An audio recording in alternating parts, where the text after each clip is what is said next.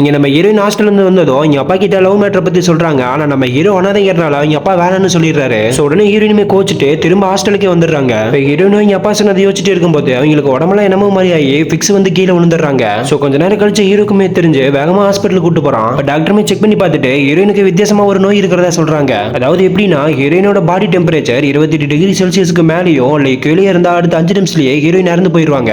இங்க உயிரோட இருக்கணும் அவங்களோட பாடி டெம்பரேச்சரை 28 டிகிரி செல்சியஸ்க்கு கரெக்டா வச்சிருக்கணும்னு சொல்றாரு. இப்ப ஹீரோயினை பார்க்க போகும்போது ஹீரோயின் என்னால உனக்கு எதுக்கு கஷ்டம், என்ன விட்டு போயிருன்னு சொல்றாங்க. ஆனா நம்ம ஹீரோ அடுத்த நாளே அவங்களுக்கு சர்ப்ரைஸ் தர மாதிரி அவங்களை கல்யாணம் பண்ணிக்கிறான். டாக்டருமே ஹீரோ கூப்பிட்டு இந்த நோய்க்கு உண்டான ட்ரீட்மெண்ட் வெளிநாட்டுல தரதா சொல்றாரு. அது மட்டும் இல்லாம நம்ம ஹீரோவோட ஸ்டூடெண்ட்ங்கனால அவனுக்கு எல்லா வசதியுமே ஏற்படுத்தி கொடுக்குறாரு.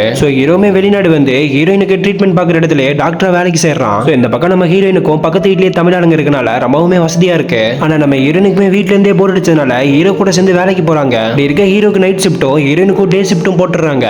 நம்ம ஹீரோமே ஹீரோயினுக்கு உண்டான எல்லா ஏற்பாடுமே செஞ்சு வச்சுட்டு போயிருவாரு. இப்படி இருக்க ஒரு நாள் வீக்கெண்ட்ல ஹீரோ வேலை முடிச்சுட்டு வீட்டுக்கு வந்து பார்த்தா ஹீரோயின் இறந்து கிடக்குறாங்க. ஹீரோயின் இறந்து போனதுல இருந்து ஹீரோமே ஒரு மாதிரி பித்து பிடிச்ச மாதிரி ஆயிடுறாரு. அது மட்டும் இல்லாம அந்த வீட்டுக்குள்ள ஹீரோயின் ஹேண்ட் ரைட்டிங்லயே யாரோ சாப்பிட்டியா நல்லா இருக்கேன் எழுதி வச்சிருக்காங்க. இப்ப வீட்டுக்கு வந்த ஃப்ரெண்ட்ஸுமே ஹீரோயினோட ஆவியை பார்த்ததா சொல்றாங்க. நம்ம ஹீரோமே சந்தேகப்பட்டு அந்த ரூம்ல ஒரு செக்யூரிட்டி கேமராவை செட் பண்றான். நம்ம ஹீரோ அந்த கேமரால ரெக்கார்டான வீடியோ பார்த்ததுமே ஷாக் ஆயிடுறான். ஆக்சுவலா இது எல்லாத்தையுமே பண்ணது பக்கத்து வீட்டுல இருக்க ஒரு பொண்ணு தான்.